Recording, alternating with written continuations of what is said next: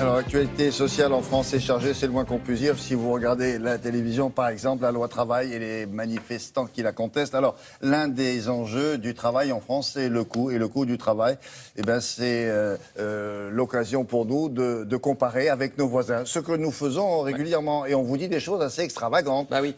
Moi, je précise d'abord que je me base sur les chiffres justement de l'INSEE, donc l'Institut national de la statistique, et de son équivalent européen Eurostat, parce que c'est très sérieux, c'est des chiffres récents, et qui ne sont pas les chiffres des patrons ou des syndicats, qui évidemment disent peut-être ce qui les arrange.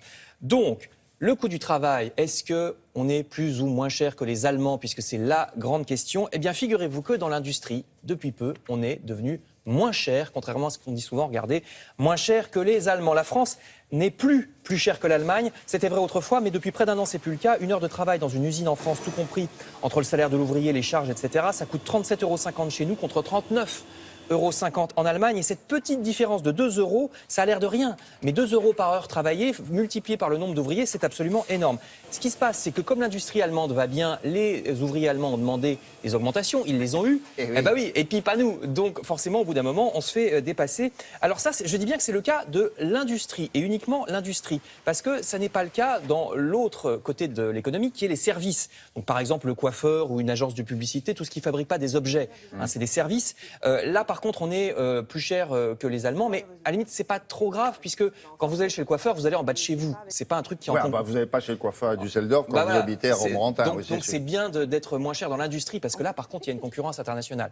Donc voilà, pour l'industrie, on est moins cher.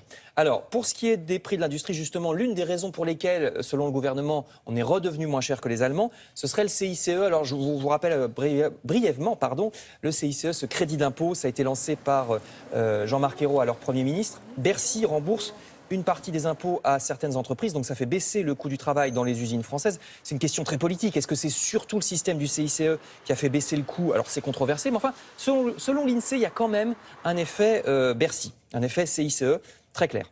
Seulement, il ne faut pas oublier que le prix, ce n'est pas tout. Le coût du travail ne fait pas tout.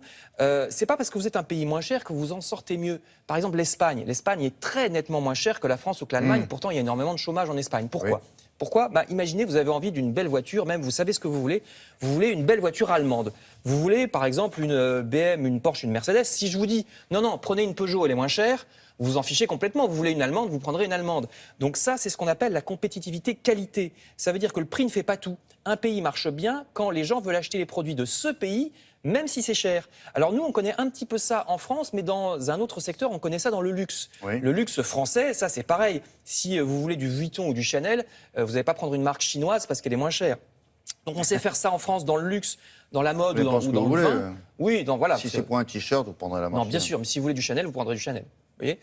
Et donc, on sait faire ça aussi dans le vin, dans la mode, etc. Mais les Allemands savent le faire beaucoup mieux que nous pour des choses très chères pour l'industrie, pour les machines, etc.